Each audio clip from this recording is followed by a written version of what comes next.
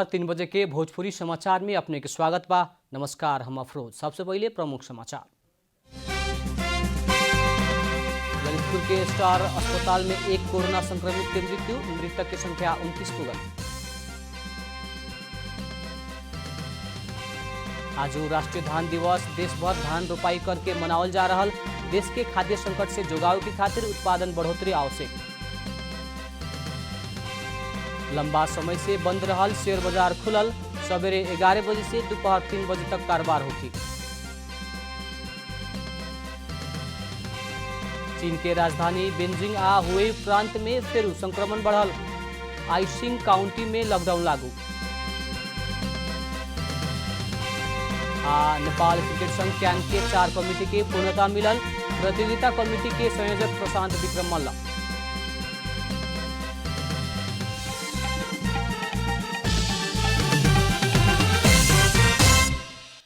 अब पूरा समाचार। ललितपुर के स्टार अस्पताल में इलाज करा रहल एक जने कोरोना संक्रमित के मृत्यु भइल बाटे। अस्पताल में कालू राति रौटहर के 29 वर्ष के पुरुष के मृत्यु भइल रहे। कोरोना परीक्षण के क्रम में उनकर पीसीआर रिपोर्ट पॉजिटिव देखल गई। ललितपुर के स्वास्थ्य कार्यालय प्रमुख खगेश्वर गिलाल बतौने अस्पताल के मुताबिक दम के रोगी पुरुष के इलाज खातिर वेंटिलेटर में राखल कुछ देर में ही मृत्यु भइल रहे। इस संगे नेपाल में कोरोना वायरस संक्रमण से मृत्यु होखे वाला के संख्या 29 पुगल बा। कपिलवस्तु के यशोधरा गांवपालिका में कोरोना मुक्त भइल बाटे। कपिलवस्तु में सबसे बेसी कोरोना संक्रमित मिलल भारतीय सीमावर्ती यशोधरा गांवपालिका कोरोना संक्रमण मुक्त भइल हुए। स्वास्थ्य कार्यालय कपिलवस्तु से देहल जानकारी मुताबिक यशोधरा गांवपालिका के सब कोरोना संक्रमित ठीक होके घर लौटल बाटे। वैसे ही गांवपालिका से तैयार कैल क्वारंटाइन बेड खाली भइल बाटे त कोरोना के रिपोर्ट भी आवे के बाकी नहीं खे। कौनो समय जिला में सबसे ज्यादा 168 जने संक्रमित यशोधरा में रहे। ऐसे ही क्वारंटाइन में रहल के संख्या भी सबसे बेसी रहे। स्वास्थ्य कार्यालय कपिलवस्तु के मुताबिक कपिलवस्तु में 10,000 के हाराहारी में कोरोना संक्रमित की आशंका में क्वारंटाइन में रहे के संख्या पिछला समय 760 में झरल बाटे। जिला में अभिन कोरोना संक्रमित के संख्या 7 से 29 पुगला पर भी ठीक होके घर लौटे वाला के संख्या 5 से 93 बाटे त 136 जने इलाज करा रहल बा। भोजपुरी समाचार में अब छोट विश्राम।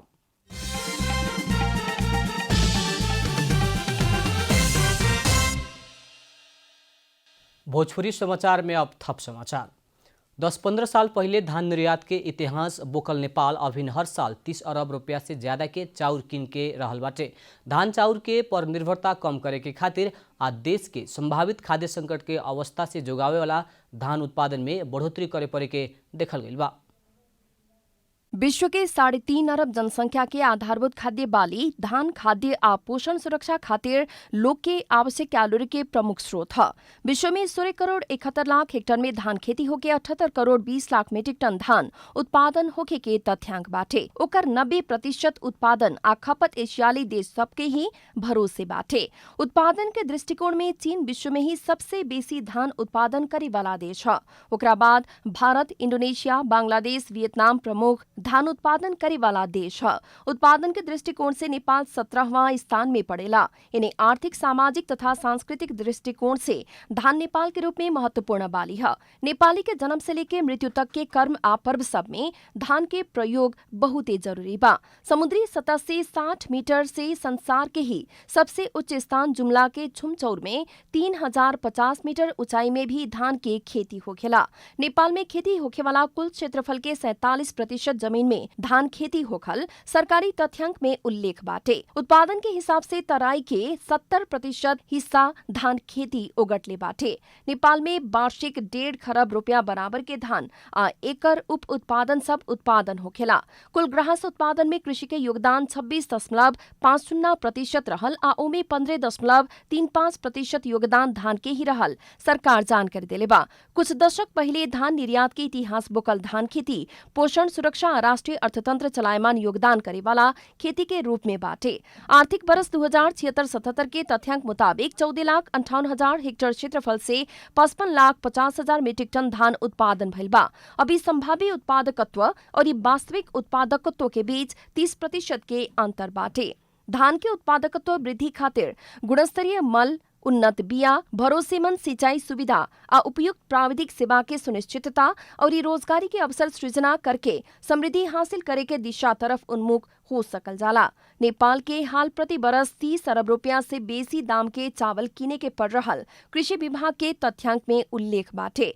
अभी कोरोना वायरस के चलते अपेक्षाकृत कृषि क्रम ना भइला से आवे वाला दिन में आपूर्ति श्रृंखला में समस्या उत्पन्न होके रोग संगे ही ना होके भूख संगे भी लड़े पड़े के पड़ सकेला। वही से उन्नत प्रविधि सबके प्रयोग करके धान चावल में आत्मनिर्भरता संग ही राष्ट्रीय समृद्धि हासिल करेला धान के उत्पादकत्व वृद्धि में जोर देवे पड़े के आ जमीन बाँच रहे के अवस्था के अंत करावेला सरकार के लागे के चाहिए। हरिचरण न्यूपाने की रिपोर्ट। आज अषाढ़ 15 धान रोपाई के पर्व आ राष्ट्रीय धान दिवस देशभर धान रोप के दही चिउरा खाके आ पाखी खेल के रोपाई उत्सव मनावल जा रहा बा। कृषि प्रधान देश नेपाल के ज्यादातर जनता के प्रमुख पेशा कृषि है। नेपाली कृषि उपज में धान के उत्पादन महत्वपूर्ण बा। धान देशवासी के प्रमुख खाद्यान्न बाली होके के साथे सामाजिक तथा सांस्कृतिक अर्थ बोकल अन्न भी है। पूजा पाठ करे से लेके अक्षता लगावे तक, देवी स्थल में चढ़ावे से लेके भिक्षा देवे तक और पिंडदान करल बिरिया भी धान चावल के ही जरूरत पड़ेला। बहुते किस्म के रैथाने धान मिले वाला आ हर एक नेपाली के जरूरत पूरा करे वाला अन्नबाली के रूप में रहला से धान के संरक्षण और संवर्धन करेला सरकार द्वारा आजू के दिन के राष्ट्रीय धान दिवस के रूप में मनावे के शुरू कल गेल है। देश भर आजू 17वां राष्ट्रीय धान दिवस मनावल जा रहल बा। बरसात के भी समेत परवाह न करके भिजते काम कर रहल किसान सबके शरीर के शीतलता और शक्ति देवे खातिर खेत में ही दही चिउरा, अचार, पुआ खाए के चलन बाटे। असारे गीत गावत धान खेत के दबदबे पाक में धान रोप के आपस में पाक खेल के रमावल खुशी होखल रोपनी पर्व के आकर्षण है। इसी आपस में प्रेम और सामाजिक सद्भाव भी बढ़ेला। नेपाली समाज में असार के उपजनी के महीना मानल जाला। लौकी कथन में बरिस के ही सबसे लंबा दिन मानल जाए वाला असार 15 में रोपनी करे के आ दही चिउरा खा के खुशियाली मनावे के चलन बाटे।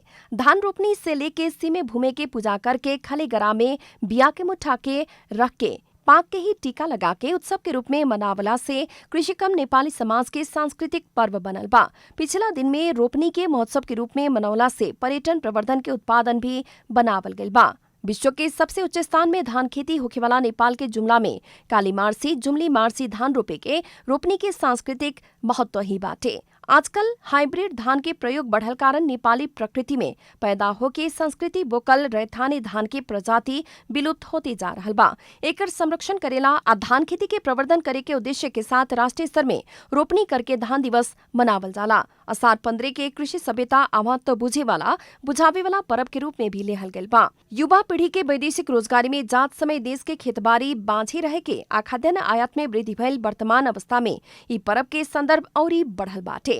पबनी सब में छुट्टी देहल जैसने करके कुछ दिन के रोपनी विदा देहल में बाँझे रहल देश के भूखंड हरा भरा होके खाद्यान्न के पर निर्भरता हटावे में सहयोग पुगे के भी तर्क होते आ रहल बा। लेकिन कोरोना महामारी के चलते इस साल के रोपनी प्रभावित भइल बा। बंदाबंदी के कारण उत्पादित आम बाजार तकले पुगावे ना सकला से सप्तरी के कृषक सब चिंतित बनल बाटे। बीतल वर्ष के अनुपात में करीब 13 गुना से आम उत्पादन में बढ़ोतरी भइला पर भी सार्वजनिक यातायात ठप रहला से अपेक्षा अनुकूल उत्पादित आम बिक्री करे के ना मिलल कृषक सबके शिकायत बा। सप्तरी में पिछला साल के तुलना में इस साल करीब 13 गुना से आम उत्पादन में बढ़ोतरी भइल बा। कुल 8000 हेक्टेयर आम उत्पादित क्षेत्रफल रहल में पिछला साल करीब 3500 हेक्टेयर में 7000 मीट्रिक टन आम उत्पादन भइल रहे। पिछला बरिस हवा बियार, आंधी पानी या कीड़ा से आम में नुकसानी पुरेला पर भी इस साल मौसम से साथ दिला संग ही 8000 हेक्टेयर क्षेत्रफल में ही आम उत्पादन भइल कृषि ज्ञान केंद्र जानकारी देले बा।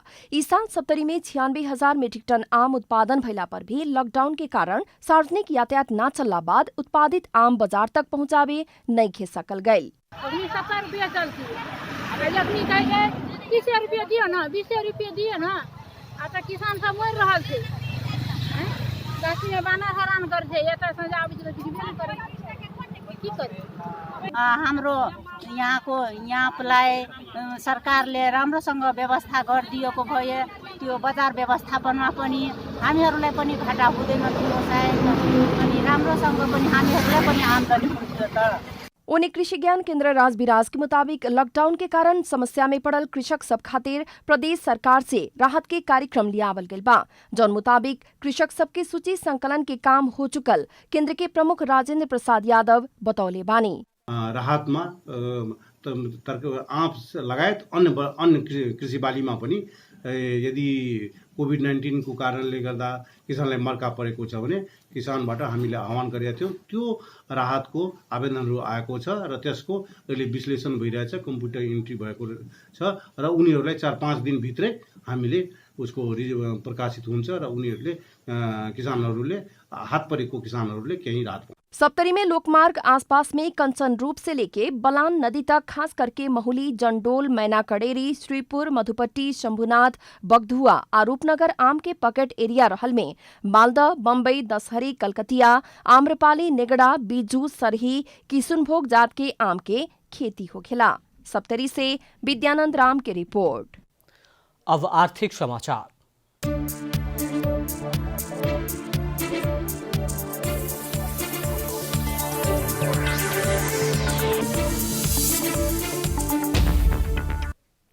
लंबा समय से बंद रहल शेयर बाजार आज से खुलल बाटे। नेपाल स्टॉक एक्सचेंज निफ्टी आज सवेरे 11 बजे से दोपहर 3 बजे तकले 4 घंटा के खातिर शेयर कारोबार खुला कैलक हुए। सर्किट ब्रेकर मूल्य परिवर्तन सीमा कह के लॉकडाउन शुरू होने से पहले अर्थात चैत 10 गते से पहले अगाडि के नियमित व्यवस्था अनुसार होखे। शेयर बाजार खुला करे खातिर धितोपत्र बोर्ड निर्देशन देहला के बाद उहे मुताबिक निफ्टी बाजार खुलल हुए। आज नेपाली बजार में सोना चांदी के भाव स्थिर रहल बाटे। छापावाला सोना प्रति तोला 91,300 रुपया में किनबेच हो रहल नेपाल सुन चाँदी व्यवसायी महासंघ जनौले बा। एतवार के कायम भइल ई भाव नेपाली बजार के अभी तकले के ही उच्च भाव हुए। आज तेजाबी सोना प्रति तोला 90,860 रुपया में किनबेच हो रहल बाटे। चांदी प्रति तोला 945 रुपया में कारोबार हो रहल महासंघ जनौले बा। भोजपुरी समाचार में अब छोड़ विश्राम।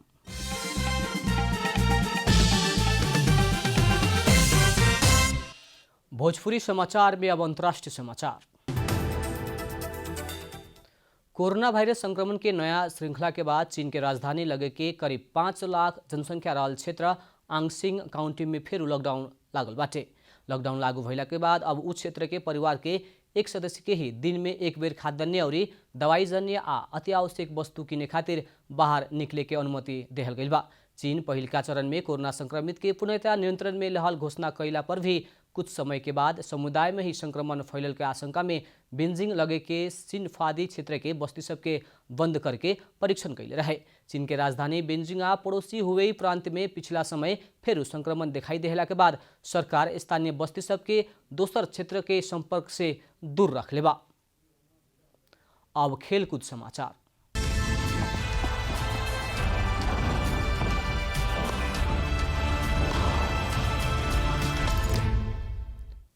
नेपाल क्रिकेट संघ क्यान प्रतियोगिता कमिटी सहित विभिन्न 4 कमिटी के विस्तार कैले बा। आज इससे पहले बनावल गई 4 कमिटी के विस्तार कैल जनौले बाटे।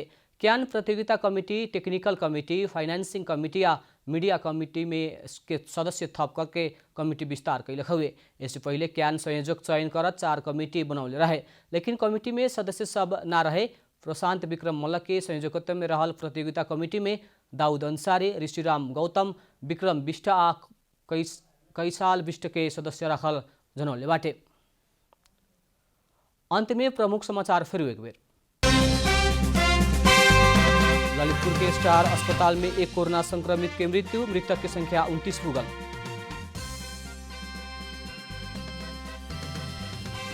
आज राष्ट्रीय धान दिवस, देश पर धान रोपाई करके मनावल जा रहा। देश के खाद्य संकट से जुगावे के खातिर उत्पादन बढ़ोतरी आवश्यक।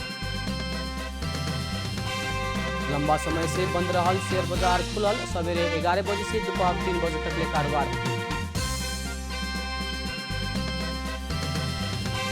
चीन के राजधानी बीजिंग आ हुबेई प्रांत में फिर संक्रमण बढ़ल, आंगसिंग काउंटी में लॉकडाउन लागू। नेपाल क्रिकेट संघ क्यान के 4 कमिटी के पूर्णता मिलल, प्रतियोगिता कमिटी के संयोजक में प्रशांत विक्रम मल्ल।